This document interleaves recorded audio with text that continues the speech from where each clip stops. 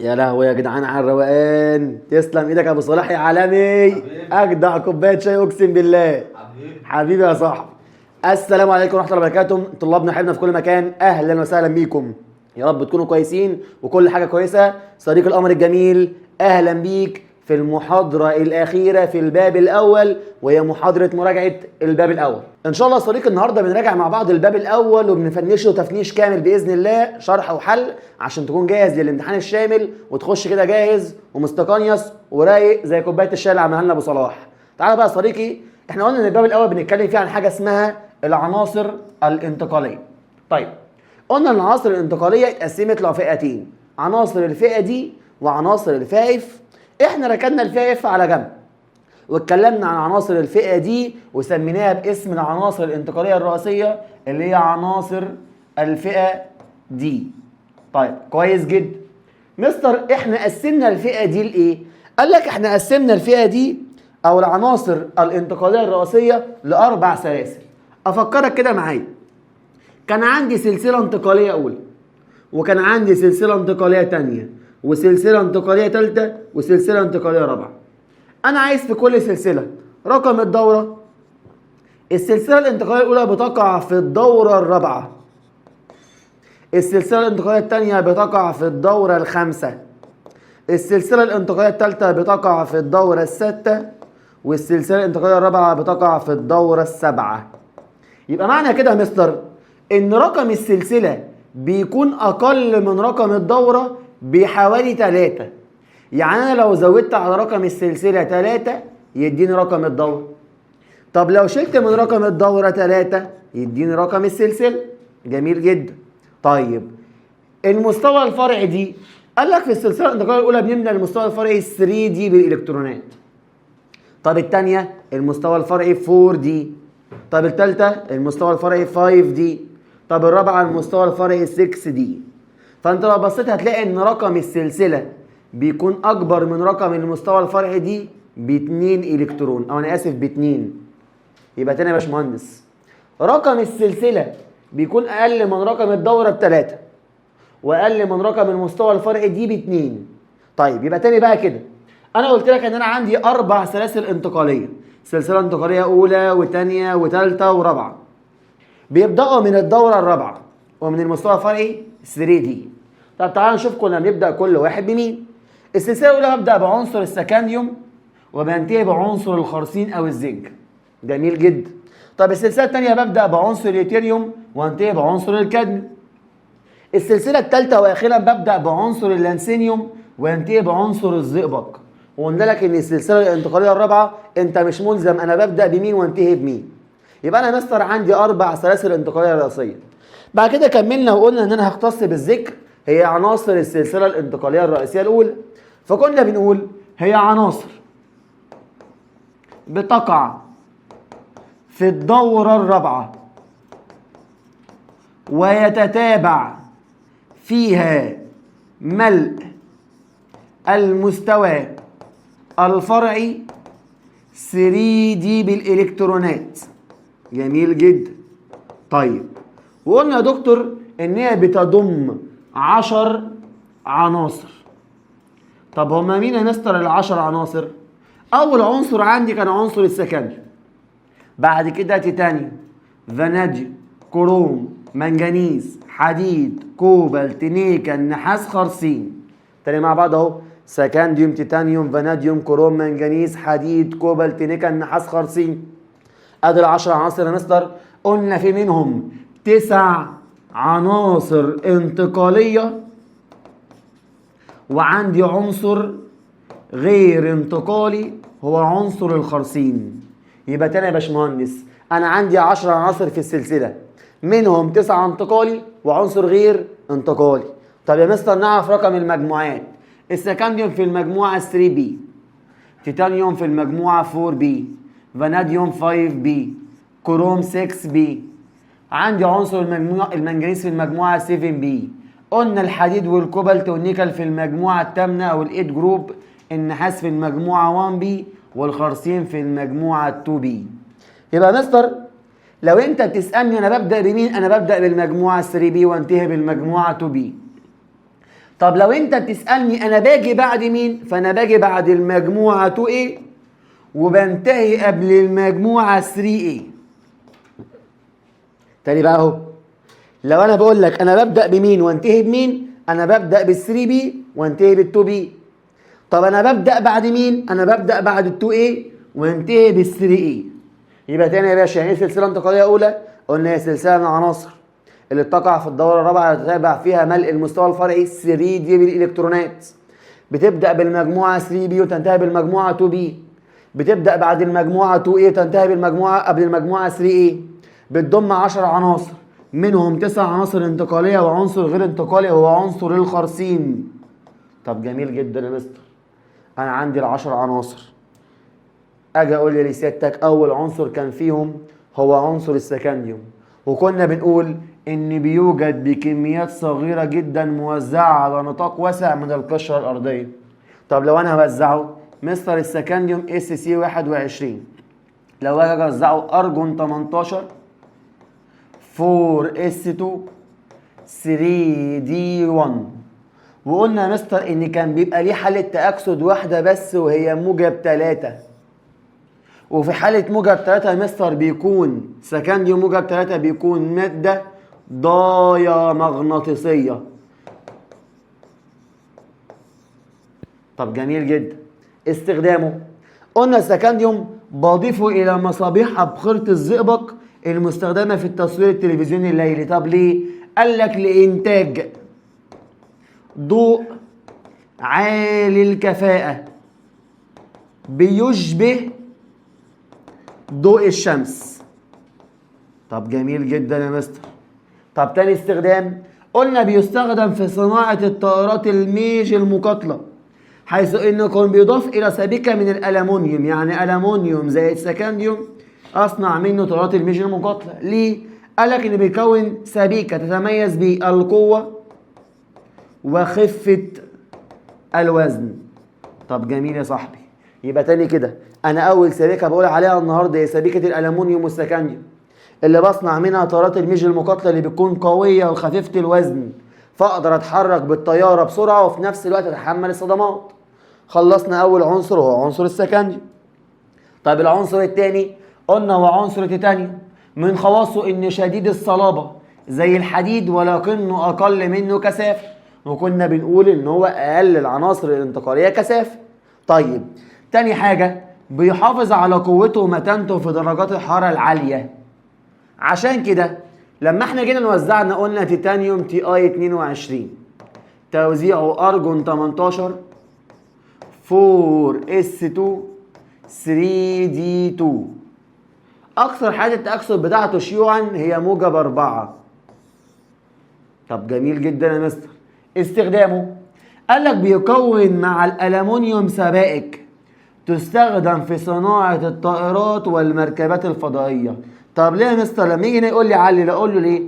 اجي اقول له لانها تتحمل درجات الحرارة العالية وتحافظ على متانتها، يعني بتفضل متينة. طب تاني حاجة، قال لك بتستخدم في عملية زراعة الأسنان والمفاصل الصناعية. طب ليه يا مستر؟ قلنا لأن الجسم لا يلفظه. تاني حاجة، إنه كان لا يسبب أي نوع من التسمم. وكنا بنقول يا دكتور إن أشهر مركباته هو ثاني أكسيد التيتانيوم TiO2، اللي كان يا مستر بيدخل في تركيب مستحضرات التجميل والحماية من أشعة الشمس، لأنه كان بيكون دقائق نانوية اللي بتمنع وصول الأشعة فوق بنفسجية للجلد. يبقى تاني يا باشمهندس، أنا أول مركب عندي كان النهاردة هو مين؟ ثاني أكسيد التيتانيوم، اللي بيكون عدد تأكسد التيتانيوم فيه بيساوي موجب 4. وكده يا دكتور يبقى احنا خلصنا عنصر التيتانيوم. نخش على العنصر اللي بعده، فاناديوم 23. لما اجي اوزعه يبقى توزيعه ارجون 18 4S2 3D3. طب جميل جدا يا مستر. اعلى حالة تأكسد ليه كانت فاناديوم موجب 5. طيب مستر انا بستخدمه في ايه؟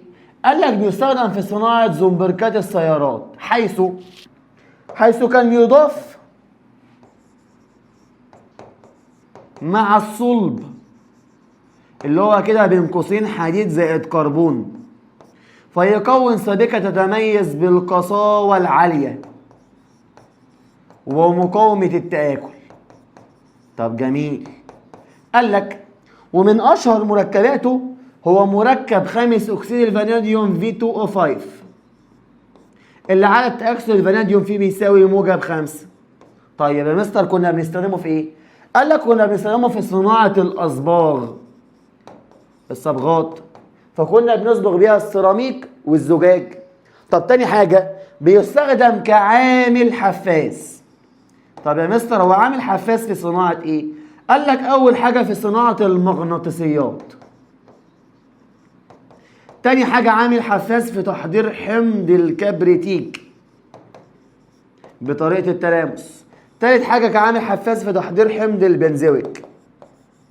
يبقى أنا بستخدم خامس أكسيد الفاناديوم كعامل حفاز في 3 حاجات: المغناطيسيات وحمض الكبريتيك وحمض البنزويك. إنما بستخدمه كأصباغ في صناعة السيراميك والزجاج. وكده يبقى خلصنا عنصر الفاناديوم ونخش على العنصر اللي بعده هو عنصر الكروم. كنا توزيع الكروم 24 كان أرجون 18 4s1 3d5. كان بينتقل الإلكترون من المستوى الفرعي 4s للمستوى الفرعي 3d حتى يكون العنصر في حالة مستقرة. طب يا مستر نعرف ايه عن الكروم؟ كنا بنقول ان الكروم هو مقاوم للعوامل الجوية، الا انه على الرغم من درجة عالية من النشاط الكيميائي لكنه بيكون طبقة غير مسامية. طب غير مسامية من مين؟ قال لك من الاكاسيد. فالهواء لما كان بيخبط في الكروم كان بيكون عندي طبقة من اكسيد الكروم اللي بتمنع استمرار تفاعل الهواء مع الطبقات الداخلية، فبالتالي تمنع استمرار تفاعله مع اكسجين الهواء الجوي. طب يا مستر انا بستخدم الكروم في ايه؟ قال لك اول حاجه بنستخدمه في طلاء المعادن وضباغه الجلود لان بيكون ليه الوان مميزه. طيب اشهر مركباته قال لك انا عندي اكسيد كروم 3 اللي رمزه Cr2O3 وعدد تأكسد الكروم هنا بيساوي موجب 3. طيب بستخدمه في ايه؟ قال لك بستخدمه في صناعة الأصباغ، بنصنع منه صبغات. طب تاني مركب قال لك هو مركب ثاني كرومات البوتاسيوم K2Cr2O7 اللي عدد تأكسد الكروم فيه بيكون بيساوي موجب 7. طب مستر ده ماله ده؟ قال لك بيستخدم كمادة مؤكسدة، ومن أشهر العوامل المؤكسدة عندي هو ثاني كرومات البوتاسيوم. طب جميل يا مستر، حلو كده تمام. كده احنا خلصنا الكروم. اللي بعده ايه؟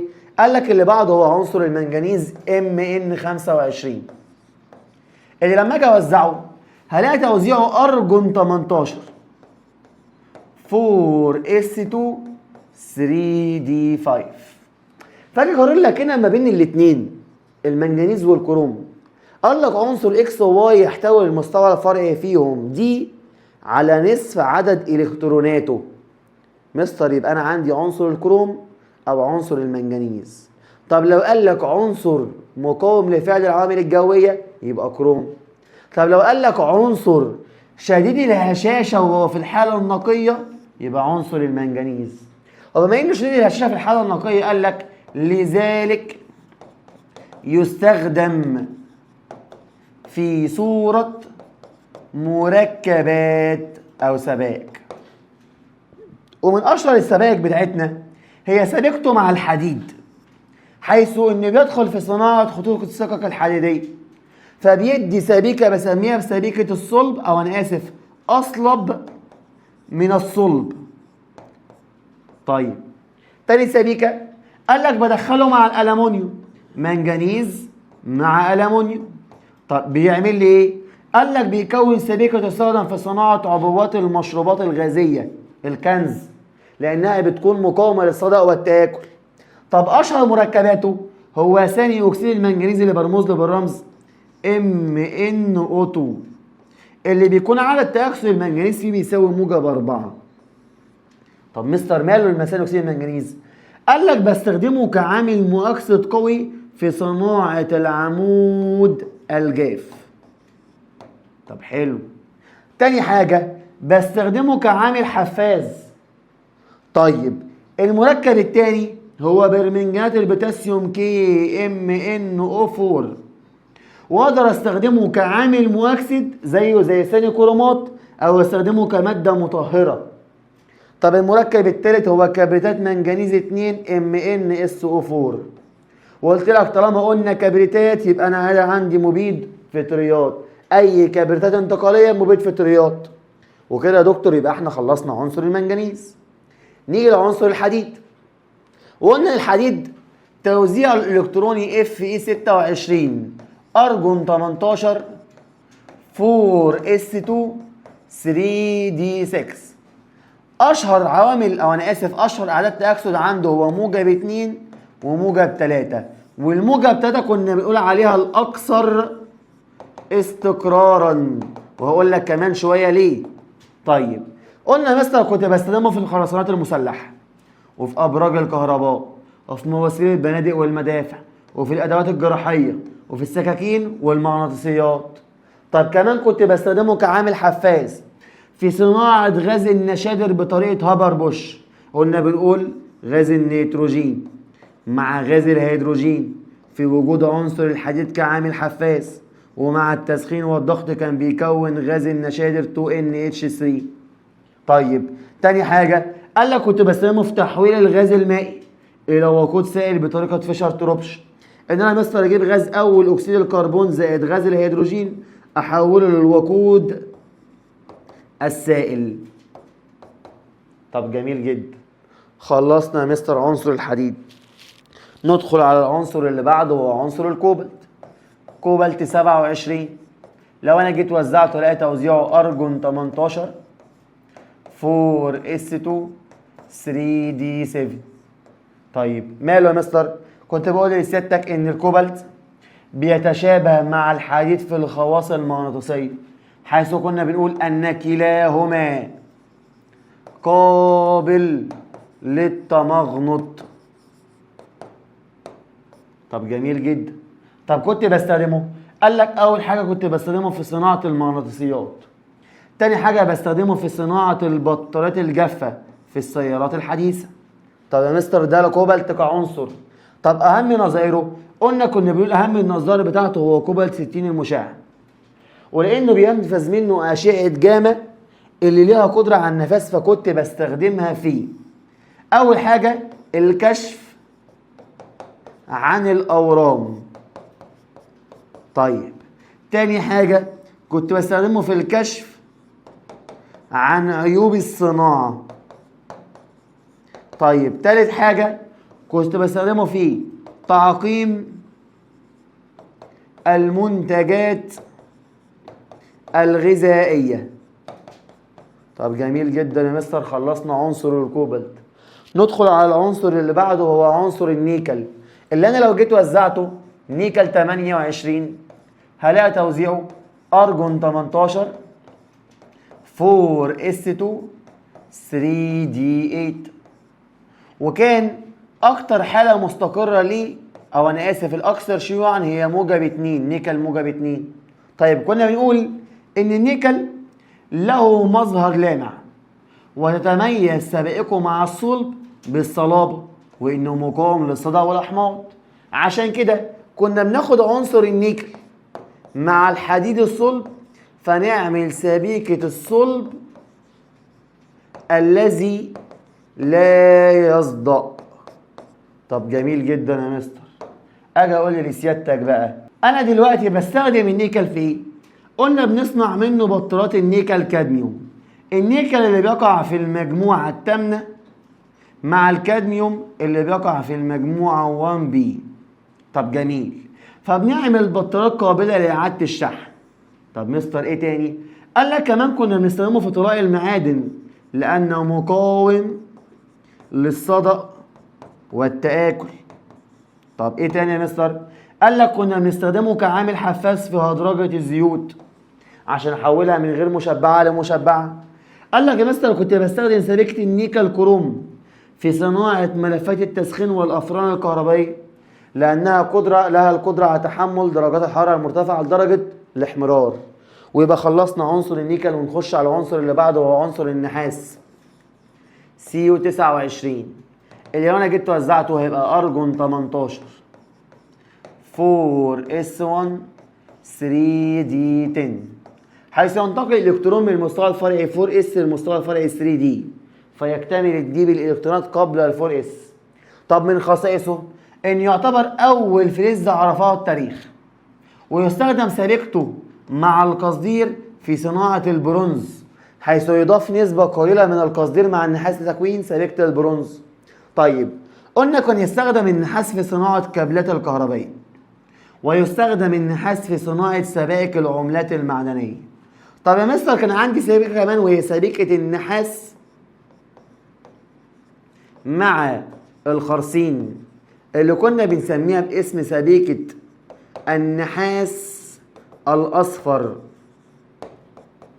طيب مستر أشهر مركباته كبريتات نحاس 2 CuSO4، وقلنا طالما عندي كبريتات يبقى أنا كده عندي مبيد فطريات أو مبيد حشري، وكان بيستخدم في تنقية مياه الشرب. طيب المركب الأخير هو محلول فيهنينج، حيث يستخدم في الكشف عن السكر جلوكوز. فكنت أقول لك كان بيتحول من اللون الأزرق إلى اللون البرتقالي. طب خلصنا يا مستر عنصر النحاس، نيجي للعنصر الأخير وهو الخرسين ZN30. كنا بنقول إن هو عنصر غير انتقالي. طب أقول لك ليه غير انتقالي؟ عشان لو جيت وزعته هلاقي توزيعه أرجون 18 4S2 3D10. المستوى الفرعي 3D مكتمل بالإلكترونات، سواء كان في الحالة الذرية أو الحالة الأيونية، برضو دي مكتمل بالإلكترونات. طب كنت بستخدمه في تخطيط أسطح الفلزات، لأنه كان بيدينا طبقة من الخرسين أعلى العنصر، فبسمي عليه باسم عملية الجلفنة. يعني أنا لو جبت عندك عنصر زي عنصر الحديد ورحت جاي مغطيه بعنصر أو بطبقة من الخرسين، يبقى أنا كده عملت له عملية جلفنة، بغطي الفلز بعنصر الخرسين. طب من أشهر مركباته أكسيد الخرسين ZNO، اللي كان بيستخدم في صناعة المطاط وفي صناعة الطلاء وفي صناعة مستحضرات التجميل. طب يا مستر المركب التاني هو كبريت الخرسين ZNS، اللي كان بيستخدم في صناعة شاشات الأشعة السينية، وكمان يا مستر كنا بنستخدمها في صناعة الطلاءات المضيئة. وكده يا دكتور يبقى احنا خلصنا العنصر الانتقالي، انا اسف العنصر اللي موجود في السلسلة الانتقالية الأولى.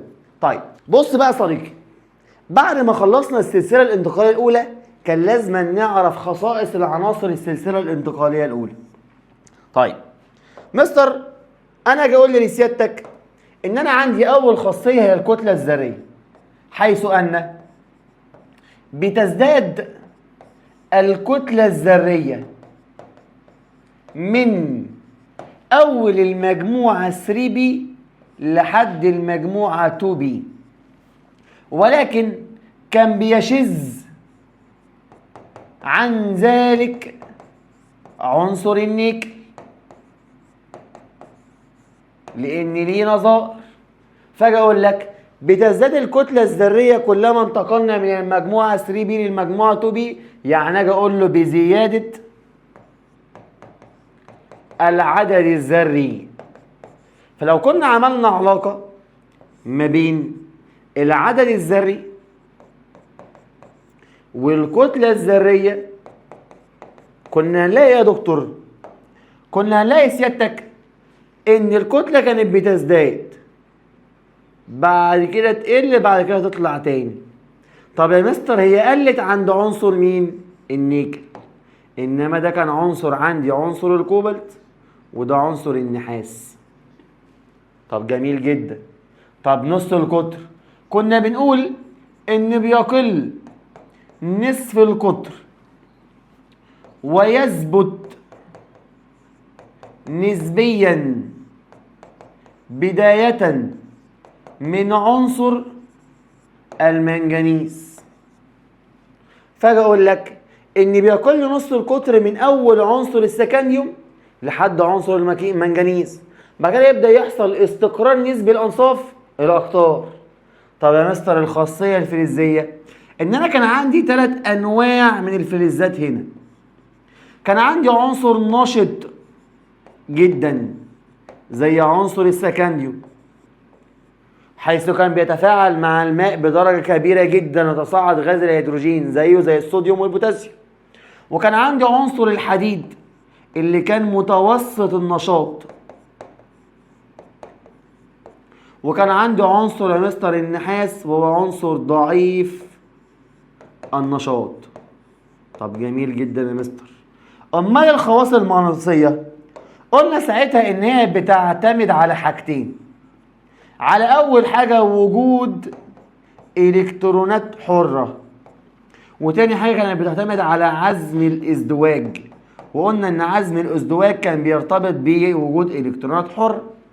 طب اخر حاجة النشاط الحفزي، ان بسبب وجود الكترونات مفردة فده كان بيساعد ان هي بتكون عوامل حفازة في التفاعلات الكيميائية. طيب صلي على النبي كده وتعالى نبدأ أول حاجة وهي الخصائص المغناطيسية. قسمنا المادة لنوعين من الخواص، خاصية بارامغناطيسية وخاصية دايامغناطيسية. طب نشرحها واحدة واحدة كده. ايه يا مستر الخاصية البارامغناطيسية؟ اجي اقول لك هي خاصية تجاذب المادة مع المجال المغناطيسي الخارجي. طيب ليه يا مستر؟ قال لك لاحتوائها على الكترونات مفردة. فطول ما المادة فيها الكترونات مفردة فبيكون لها خاصية بارامغناطيسية، لأن بيكون مجال مغناطيسي داخلي يتجاذب مع المجال المغناطيسي الخارجي فتصبح المادة بارامغناطيسية. طب يعني ايه يا مستر خاصية دايامغناطيسية؟ قال لك هي خاصية تنافر المادة مع المجال المغناطيسي الخارجي. طب ليه يا مستر؟ قال لك لعدم احتوائها على الكترونات مفردة. طب جميل جدا. امال بقى يا مستر يعني ايه مواد بارامغناطيسية؟ قال لك يعني هي مواد تتجاذب مع المجال المغناطيسي الخارجي. طب المادة الدايامغناطيسية قال لك هي مواد تتنافر مع المجال المغناطيسي الخارجي. يعني بالبلدي كده يا عزيزي، طول ما في الكترونات مفردة انا مادة بار. طب الكترونات غير مفردة او الكترونات مزدوجة يبقى انا كده مادة دايامغناطيسية. لو كنت بارة فانا بتجاذب مع المجال المغناطيسي الخارجي، ولو كنت ضايع فانا بتنافر مع المجال المغناطيسي الخارجي. طب جميل جدا يا مستر. يعني معنى كده ان المغناطيسية بتعتمد على الالكترونات المفردة. ايه ده؟ مش احنا لو جينا ربطناها هنا بالفيزياء هنلاقي برضو ان انا عندي الموصل الالكتروني لازما يكون بيحتوي على الالكترونات المفردة عشان بيكون موصل للكهرباء. يبقى لو انا كان عندي مغناطيسية عندي توصيل كهربي. ربطنا لك فيزياء بكيمياء عام وسلمنا على مستر محمد طلعت. طب الجزئية اللي بعدها ان انا بتكلم عن العزم المغناطيسي. فاجي اقول لسيادتك ان العزم المغناطيسي هو بيعتمد على عدد الالكترونات المفردة، حيث ان كلما زادت عدد الالكترونات المفردة بتزداد العزم المغناطيسي. يعني معنى هنا يا مستر ان العلاقة هنا علاقة طردية. العلاقة ما بين العزم والإلكترونات المفردة هي علاقة طردية. كل ما عدد الإلكترونات المفردة بيزيد كل ما العزم المغناطيسي بيزيد. طب يا مستر معلش كده، أنا لو جيت قلت لسيادتك حديد موجب 3 وحديد موجب 2، لو احنا جينا وزعنا هنا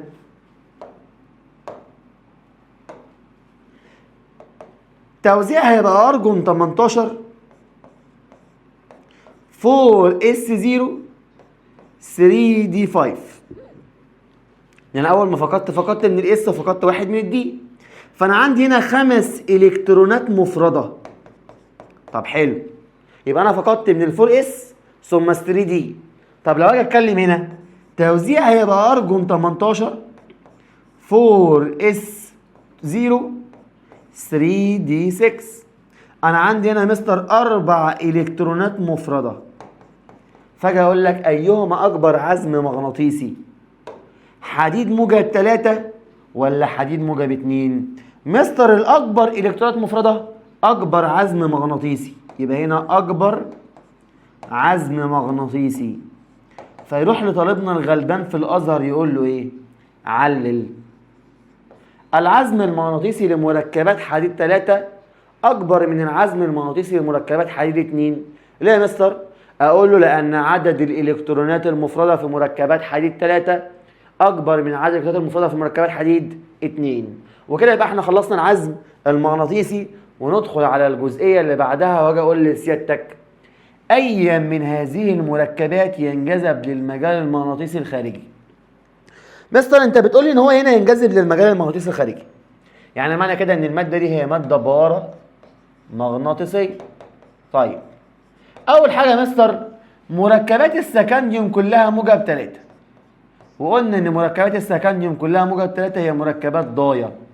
طيب النيكل هنا عدد تأكسده موجب 3، لو انا جيت وزعته هلاقي توزيع النيكل اللي هو 28 ارجون 18 4s2 3d8. انا موجب 3 يا مستر، يعني انا هفقد 2 من الاس وواحد من الدي، فالدي هيفضل فيه 7. فلما اجي احسبه هيكون عندي هنا بالظبط 3 الكترونات مفرده. لو الناس مش عارفه اعرفها، ادي يا مستر الدي فيه 5 اوربيتالات، 1 2 3 4 5. تعالى نوزعهم كده مع بعض. ادي الكترون، التاني، التالت، الرابع، الخامس، اعمل ازدواج، السادس، السابع. فانا عندي يا مستر هنا 3 الكترونات مفرده. طيب يبقى معنى هنا ان النيكل هيكون ماده، او النيكل موجب 3 هيكون ماده بارة مغناطيسيه. طيب تيتانيوم موجب 2 مستر انا اسف تيتانيوم موجب 4 هو ماده ضايع مغناطيسيه، عشان هفقد الكترونات الاس والكترونات الدي. طيب مستر الخرسين زد ان موجب 2، مستر مركبات الخرسين هي دايما مركبات ضايع مغناطيسيه.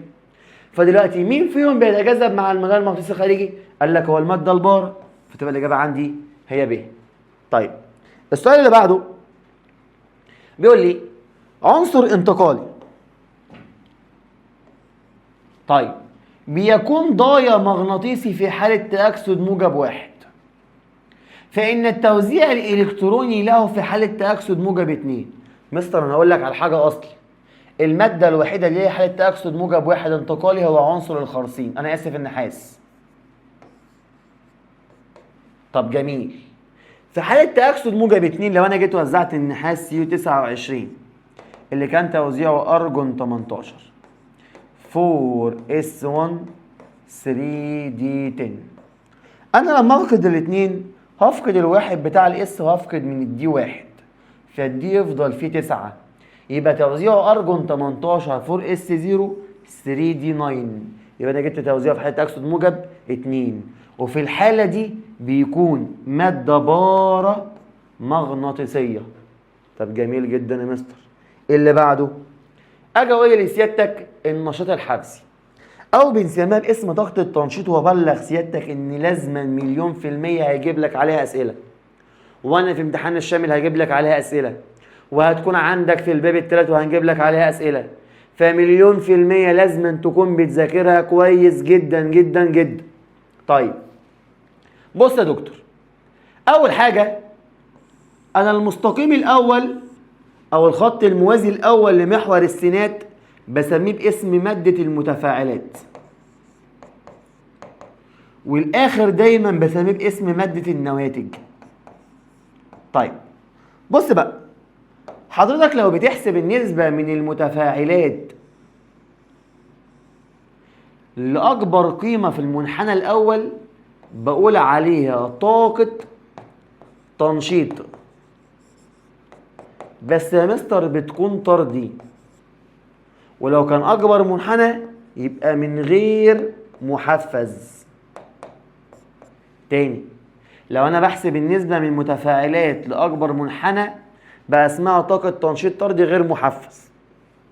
طب مستر لو انا بحسب القيمة من اعلى قيمة في المنحنى التاني للمتفاعلات بقول عليها بالشكل ده كده طاقة تنشيط طردي، بس يا مستر محفز. يبقى تاني يا باشا، لو حضرتك بتتكلم على القيمة من المنحنى الأصغر للمتفاعلات طاقة تنشيط طردي محفز. طب لو القيمة من المتفاعلات لأعلى قيمة في المنحنى الأول طاقة تنشيط طردي غير محفز. طب يا مستر لو كان من المنحنى التاني للنواتج قال لك بقى اسمها طاقة تنشيط عكسي محفز. طب لو كانت من اعلى قيمة للنواتج بقى اسمها طاقة تنشيط عكسي بس غير محفز. طيب امال يا مستر لو انا بحسب القيمة من متفاعلات للنواتج قال لك ساعتها بيكون اسمها دلتا اتش. طيب تاني بقى، حضرتك عايز تحسب قيمة الدلتا اتش يبقى اطرح محتوى النواتج ناقص محتوى المتفاعلات. طب جميل جدا. طب مستر لو انا عايز احسب الطاقة المحفوظة او الطاقة المتوفرة قال لك ساعتها بتساوي طاقة التنشيط الغير محفز ناقص طاقة التنشيط المحفز. طيب تعال نحل كده السؤال اللي جاي ده. بيقول لك ايه؟ الشكل البياني المقابل يعبر عن طاقة تنشيط احد التفاعلات قبل وبعد استخدام عامل حفاز. طب بص يا مستر، هو هنا مدينا القيم طاقة التنشيط العكسي المحفز والغير محفز. لو احنا جينا بصينا على طاقة التنشيط العكسي المحفز هلاقي قيمتها 290، والعكسي الغير محفز هلاقي قيمتها 350. يعني معنى كده ان طاقة التنشيط بتقل بمعدل 60 كيلو جول. طيب انا بقول لك هنا ان طاقة التنشيط الطردي الغير محفز ب 170. انا عايز اجيب بقى طاقة التنشيط الطردي المحفز. الغير محفز كله يا مستر ب 170، وطاقة التنشيط المتوفرة 60، فلما اطرح 170 ناقص 60 يطلع القيمة عندي بتساوي 110 كيلو جول لكل مول. فلما ابص في الاختيار الاقي الاجابة عندي يا مين يا كابتن؟ هي د. فهمنا السؤال؟ طب يا رب اللي قاعد مش فاهم وعامل نفسه فاهم يسقط في الفيزياء. طيب يبقى تاني يا كابتن، احنا قلنا ايه؟ ان طاقة التنشيط العكسي المحفز ب 290 وطاقة التنشيط العكسي الغير محفز ب 350. يبقى احنا كده طاقة التنشيط قلت بمقدار 60 كيلو جول. حبيبي يا باشا ماشي. انت مالك بالفيزياء يا باشا؟ يا باشا انا عمال اشكر فيك والله، عمال اقول لهم يا رب تنجحوا فيزياء. ده اسهل من كده خلي بالك. مش قوي، هما الاثنين زي الزفت. احنا قلنا احنا وفرنا طاقة تنشيط بمقدار 60. طيب هي طاقة الوفر هنا بتساوي 60، وطاقة التنشيط الطردي اللي كانت غير محفزة كانت بتساوي 170. فلما اطرح 170 ناقص 60 يديني عندي 110، ودي بتعبر عن طاقة التنشيط الطردي المحفز. وكده يبقى احنا خلصنا الجزء بتاع طاقة التنشيط. بص يا باشمهندس، كده دخلنا على عنصر الحديد وبدأنا نشرحه بالتفصيل. وقلنا الحديد اللي عدد الذري 26، اللي لو جيت وزعته اف اي 26 هلاقي توزيعه ارجون 18 4 اس 2 3 دي 6. طب جميل جدا. قلنا يا مستر ان هو كان بيقع في المجموعة الثامنة، وبالتحديد في العمود الثامن داخل المجموعة الثامنة. طيب كانت نسبته بتساوي 5.1%. كمان انه كان بيتواجد بصورة نقية فقط في النيازك، حيث ان كان بيمثل 90% من النيزك. طب جميل.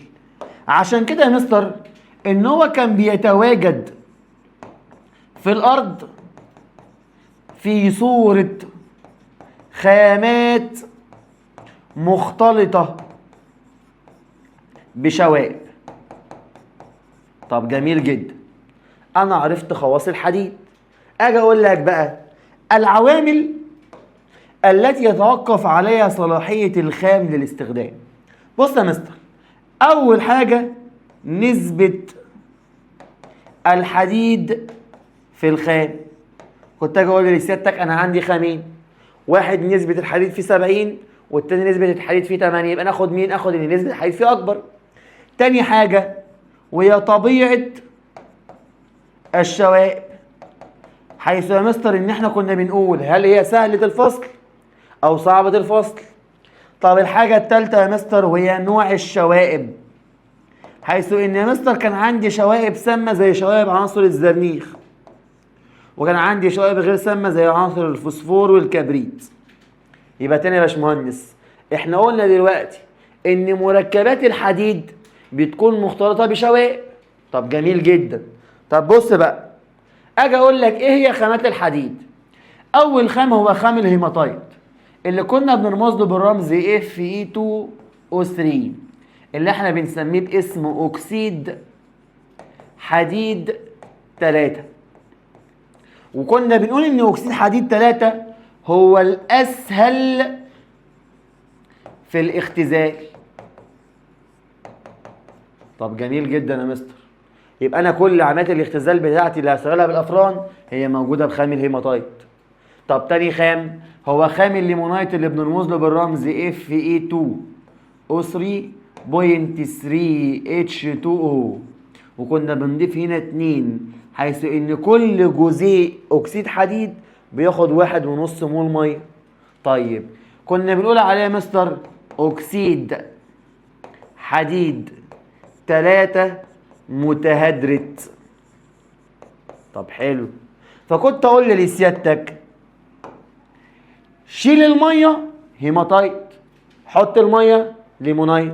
تاني اهو، شيل الميه هيماتايت، حط الميه ليمونايت. شيل الميه احمر او اقول بني محمر،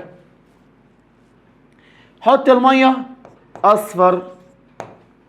تاني، شيل الميه يحمر، حط الميه يصفر. طيب المجناطيت بقى يا مستر اللي كان رمزه Fe3O4 اقول عليه اكسيد حديد مختلط او اكسيد حديد مغناطيسي. طيب اخر واحد كان استدرايت وهو رمزه Fe2 او FeCO3 واللي كنا بنقول عليه كربونات حديد 2. طيب مستر افكرك تاني ان اللي كان اسهل في الاختزال عندي هو خام الهيماتايت. طب خلصنا الخامات، تعال نخش بقى على طرق الاختزال او طرق الاستخلاص. انا كان عندي يا مستر 3 طرق، ال3 خطوات بتوعي. اول حاجة تجهيز الخام، تاني حاجة اختزال الخام، اخر حاجة وهو انتاج الحديد. طيب بص يا مستر، تعال نتكلم على تجهيز الخام. انا كان يا مستر عندي عمليات فيزيائية وكان عندي عمليات كيميائية. طيب مستر عمليات فيزيائية زي ايه؟ كنت اجي اقول لك عندي عملية تكسير، ان انا اجيب الجزيء الخام الكبيرة اكسرها واحولها لاجزاء قابلة للاختزال. تاني حاجة يا مستر كان عندي عملية تلبيد، ان انا يا مستر اجيب حبيبات الخام الناعم اجمعها لحبيبات او حجوم قابلة للاختزال. الحاجة التالتة يا مستر وهو التركيز، وقلنا كنت بستخدمها عشان ازود نسبة الحديد في الخام عن طريق التخلص من بعض الشوائب. طيب مستر الخواص الكيميائية بقى والعمليات الكيميائية، ان انا كنت بعمل عملية تحميص، حيث ان انا كنت بتخلص من الرطوبة او باكسد بعض الشوائب وبزود نسبة الحديد في الخام او احول بعض مركبات الحديد لمركبات اسهل في الاختزال. يبقى انا بعمل تجهيز الخام عن طريق خواص فيزيائية او عمليات فيزيائية زي التكسير والتلبيد والتركيز، او عمليات كيميائية زي عملية التحميص. طيب بص بقى يا مستر، لو حضرتك بتتكلم ان انا بزود نسبة الحديد من غير تفاعلات كيميائية يبقى تركيز. طب لو بزود نسبة الحديد بتفاعلات كيميائية او تغير في التركيب الالكتروني يبقى انا كده بتكلم عن عملية التحميص. طيب اختزال الخام، قالك اختزال الخام ده بيتم في الافران الخاصة بالاختزال. واقول لك كمان شويه ان انا عندي فرنين، فرن عالي وفرن ماتريكس. انتاج الحديد ان انا يا مستر اجي عندي الحديد بتاعه اهو، اضيف عليه عناصر فتزيد من خواص المرغوب فيها، زي ان انا كنت بضيف عليه عنصر زي عنصر النيكل فكان يديني صلب لا يصدأ او الستانلس ستيل. بص بقى يا صديقي، قلنا كنا بنضيف النيكل فنعمل سبيكة الصلب الذي لا يصدأ. طب جميل جدا. طيب كنا بنضيف عنصر زي عنصر المنجنيز فيدينا سبيكة أصلب من الصلب. وكنا بنضيف الحديد لعنصر الفاناديوم فيدينا سبيكة تتميز بالقساوة العالية. وكنا بنضيفه على الكربون فيديني سبيكة الصلب.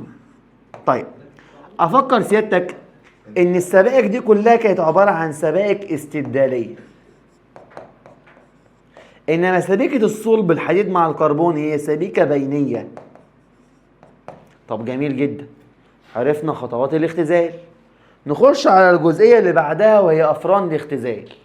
بص يا مستر، انا كان عندي فرنين، فرن عالي وفرن ماتريكس. نبدأ بالفرن العالي، وكان العامل المختزل هنا هو غاز أول أكسيد الكربون الناتج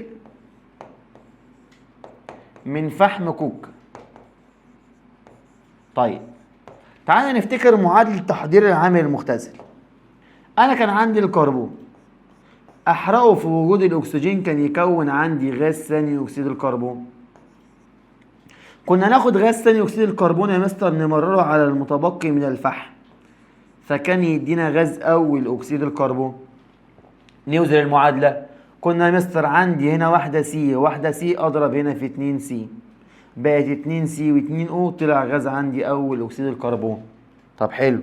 طيب أمال يا مستر في فرن ماتريكس قال لك كان عندي الوقود الهيدروجيني عبارة عن أول أكسيد الكربون وغاز الهيدروجين. طيب كان بيتكون ازاي؟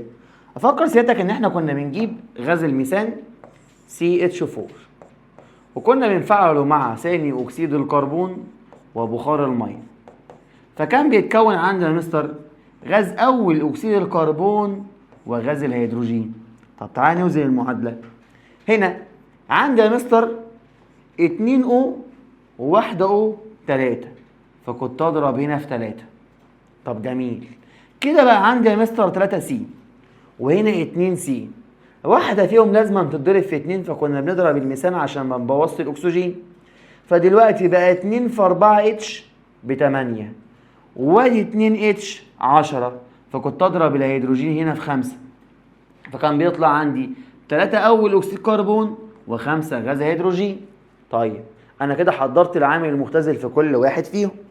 طب معادله الاختزال بقى يا مستر ان انا كنت بجيب خام الهيماتايت Fe2O3 افعله مع غاز اول اكسيد الكربون فكان بيدينا انا يا مستر عندي هنا 2 حديد فتخرج 2 حديد زائد انا عندي اول اكسيد كربون هياخد 3 او كل سي او هتاخد او فيطلع عندي CO2. تعالى بقى نوزن 3 او وادي 1 او 4 فكنت اضرب هنا يا مستر في 3 ثواني لسه ما خلصناش. ادي هنا يا مستر 1 سي خارجه 3 سي فكنت اضرب هنا في 3 ف3 او و3 او يا مستر ب 6 ادي 3 في 2 ب 6 3 سي 2 اف اي 2 اف اي وكنا بنشوط التفاعل ان كان بيتم التسخين عند اوفر 700 درجه مئويه. ادي اول معادله في الاختزال فكان بيتحول عدد تأكسد الحديد من موجب 3 لعدد تأكسده 0. طب جميل نيجي الناحيه الثانيه هنا ادي مستر Fe2O3 افاعلها مع اول اكسيد الكربون وغاز الهيدروجين فكان بيتكون عندي حديد وثاني اكسيد كربون وبخار ميه. طب يلا يا مستر نوزن المعادله.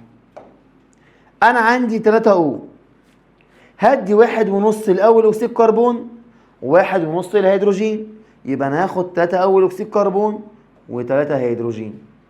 طب جميل جدا يا مستر يبقى يطلع 3 ثاني اكسيد كربون و3 بخار ميه. طب جميل تعالى نوزن 3 سي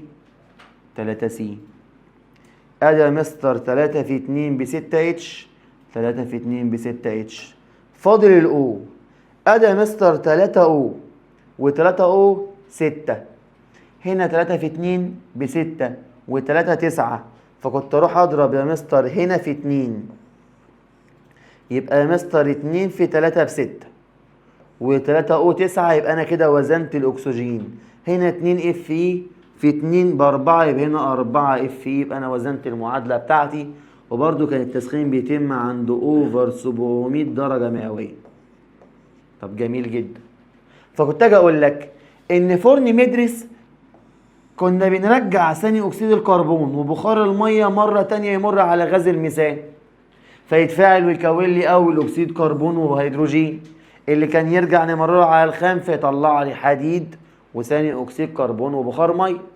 يبقى اهم حاجه ان انا لما اجي اذاكر افران الاختزال ان انا اقسمها في صوره مقارنه بقارن ما بين الفرن العالي وفرن ميدريكس. طيب خلصنا الجزئيه بتاعت افران الاختزال نيجي للجزئيه اللي بعدها وهي السبائك. وكنا بنقول ان السبائك هي عباره عن خليط من المعادن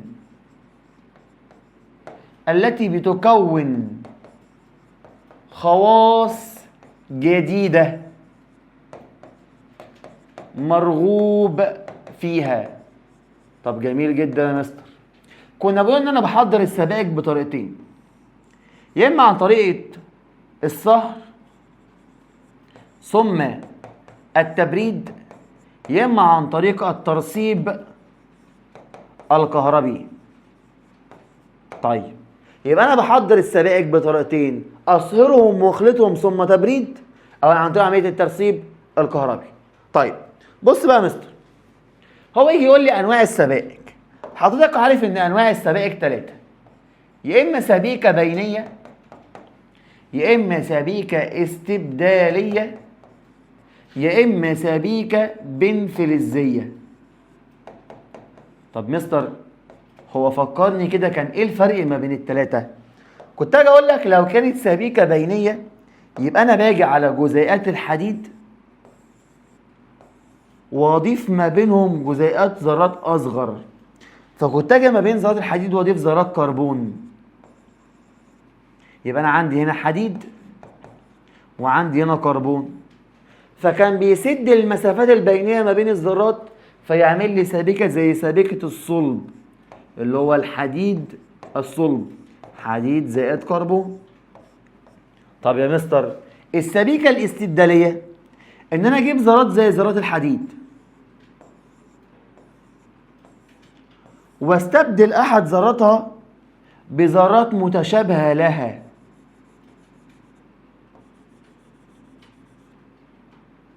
فممكن مثلا اجيب ذرة حديد وادخل ما بينها ذرات منجنيز، انا استبدلت ذرة بذرة. طيب البين فلزية قال لك انت بتكون سبائك لا تخضع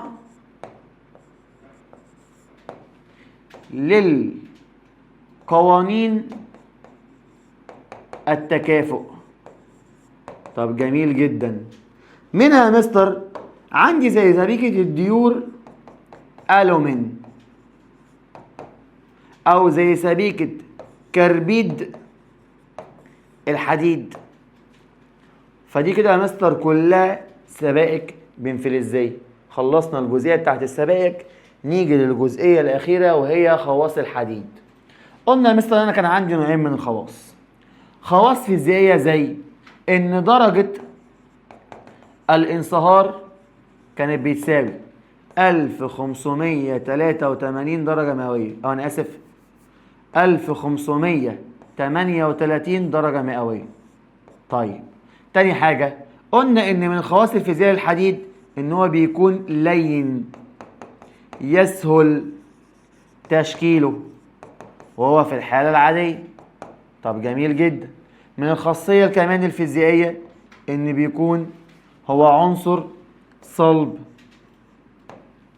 طيب خلصنا الخواص الفيزيائية، وافكرك كمان ان كانت كثافته بتساوي 7.8 جرام لكل سنتيمتر مكعب. طب خلصت خواص الفيزيائية، تعالى بقى الخواص الكيميائية. مستر قلنا ان هو كان بيتفاعل مع الهواء الجوي، وكان بيتفاعل مع بخار المية، وكان بيتفاعل مع اللف للذات، وكان يا مستر بيتفاعل مع الأحماض.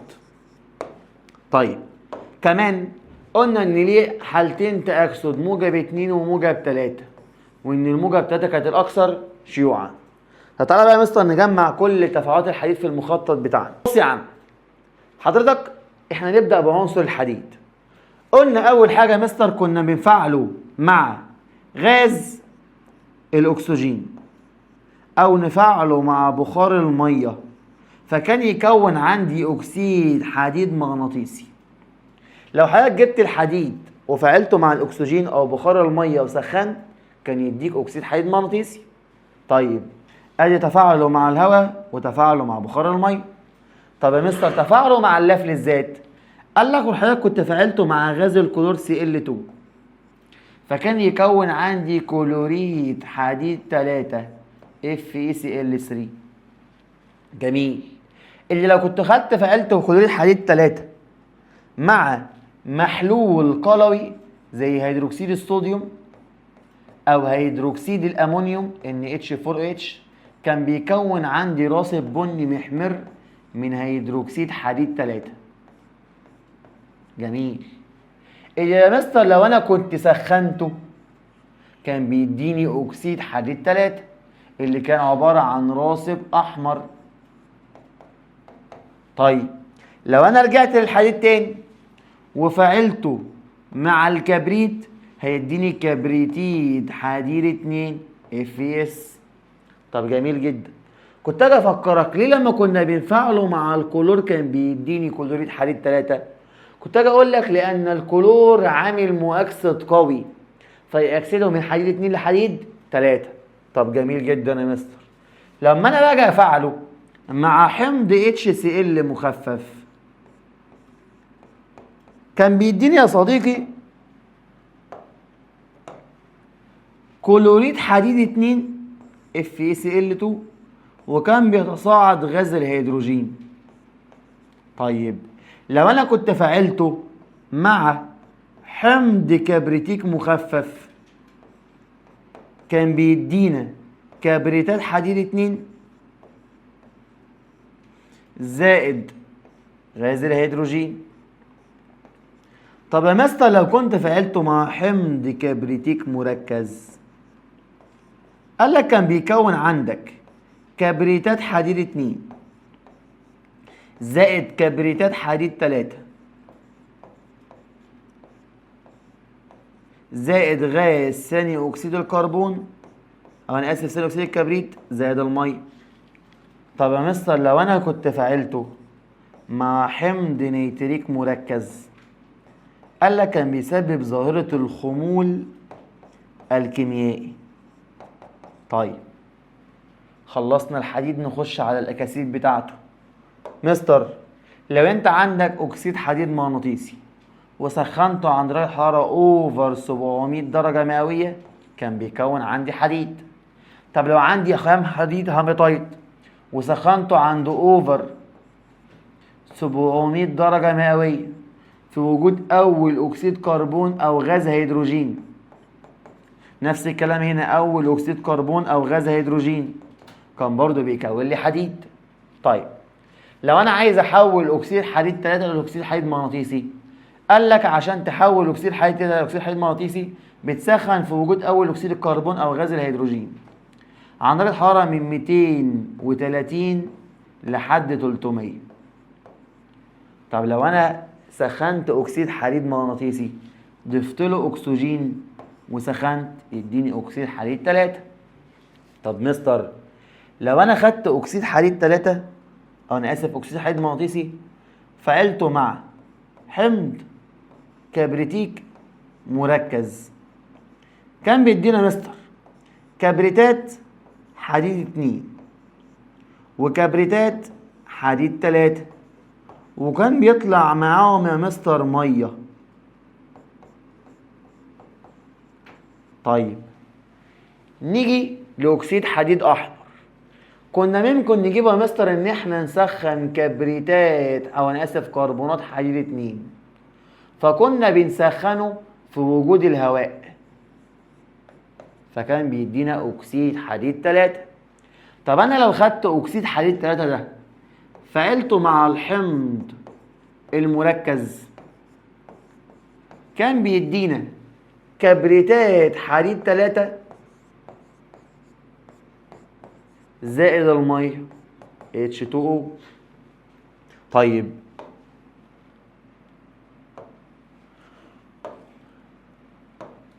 لو انا يا مستر جبت اكسيد حديد 3 فعلته مع اول اكسيد كربون او غاز الهيدروجين عند درجة حرارة من 400 لحد 700، كان يدينا اكسيد حديد 2. طب لو جبت اكسيد حديد 2 وفعلته مع غاز الاكسجين وسخنت، قال لك يدينا اكسيد حديد 3. طب لو عندي اكسيد حديد 2 فعلته مع الاكسجين وسخنت، يديك اكسيد حديد مغناطيسي. طب لو عندي اكسيد حديد مغناطيسي وفعلته مع اول اكسيد كربون او غاز هيدروجين عند درجة حرارة من 400 ل 700، يدينا اكسيد حديد 2.